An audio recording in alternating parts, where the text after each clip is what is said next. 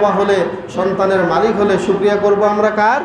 তিনি কিভাবে শুকরিয়া আদায় করলেন এটাও আল্লাহ কোরআনে তুলে ধরেছেন। বলেন সুবহানাল্লাহ। আলহামদুলিল্লাহিল্লাযী ওয়াহাবানি আলাল কিবারি ইসমাঈল ওয়া ইসহাক ইন্না রাব্বী লাসামিউদ দুআ। তিনি বললেন যে আলহামদুলিল্লাহ, আল্লাহর প্রশংসা ওই আল্লাহর জন্য সকল প্রশংসা যে আল্লাহ আমাকে বুড়া বয়সে একটা ইসমাইল দিয়েছেন, বুড়া বয়সে একটা ইসহাক দিয়েছেন। বলেন সুবহানাল্লাহ। কি বললেন? বয়সের কথা আগে উল্লেখ করেছেন। আল্লাহ আমাকে বুড়া বয়সে, বৃদ্ধ বয়সে একটা সন্তান দিলেন ইসমাইল, আর একটা সন্তান দিলেন ইসহাক।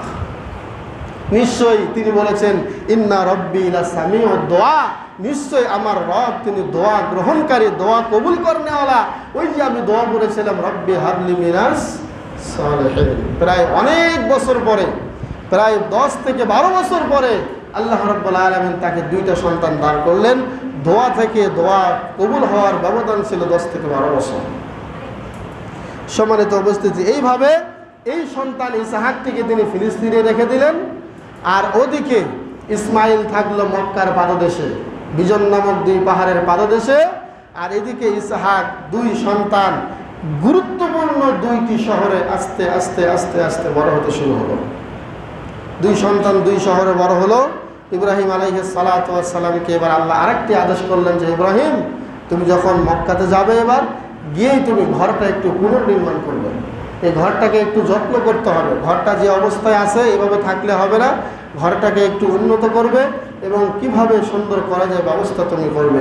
সেই সম্পর্কে আল্লাহ রাব্বুল আলামিন বলেছেন ওয়াইদ ইয়ারফাউ ইব্রাহিমুল কওয়াইদা মিনাল বাইতি ওয়া ইসমাঈল রব্বানা তাকাব্বাল মিন্না ইন্নাকা আনতাস সামিউল আলিম।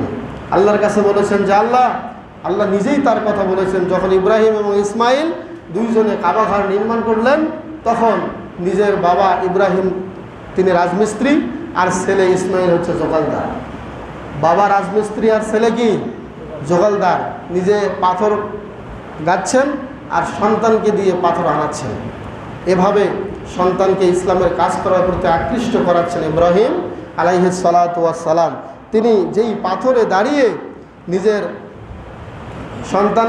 সন্তানের দ্বারা পাথর নিয়ে এসে যেই পাথরে দাঁড়িয়ে কাবা ঘর নির্মাণ করলেন, ওই পাথরের যেই উপরে পদচিহ্ন, যেই পাহাড় মানে যেই পাথরটা, এটা আজও ইব্রাহিমের পদচিহ্ন ধারণ করে আছে। বলেন সুবহানাল্লাহ।